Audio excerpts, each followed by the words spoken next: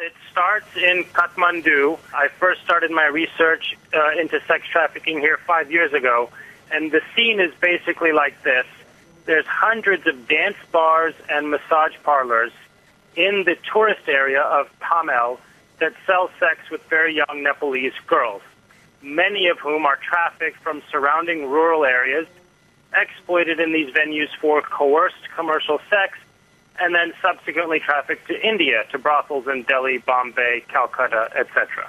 You say they're coerced. What's happened there then? Who's been coercing these young girls? Well, basically the traffickers promise, opportunity to dance or work at a restaurant, and then once they get to the bars, they're coerced to transact for commercial sex with clients. Men come in, listen to the music, sit at tables, and the women are coerced through threats against them, beatings, and then threats against their family back in the rural areas because, of course, the traffickers know where they're from. So they have to try to seduce and transact with these men a certain number of times per night, or they suffer the consequences. And did you get evidence of this then from the young girls, and did you see that it was tourists mainly involved? I've gone into many of these dance bars and massage parlors up the dingy stairs and, of course, seen the clientele who are in there. They're typically tourists. In those venues, women aren't going to exactly speak about coercion and duress.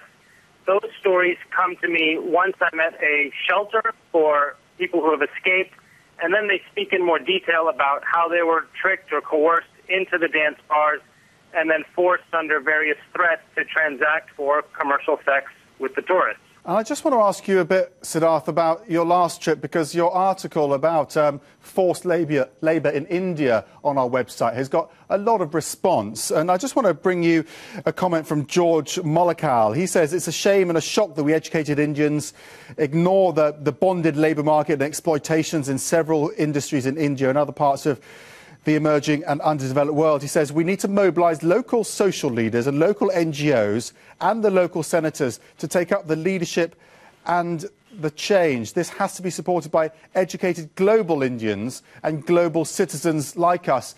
Do you agree with George on that? Is that how to find a solution on this? Yeah, I think George puts his finger on something very important here. You've got to effect a social shift, and that's from the bottom up. NGOs need support, full resources, and scaling to do the work they're doing, but you also need the people in government, lawmakers, law enforcement, the judiciary, to take this issue seriously.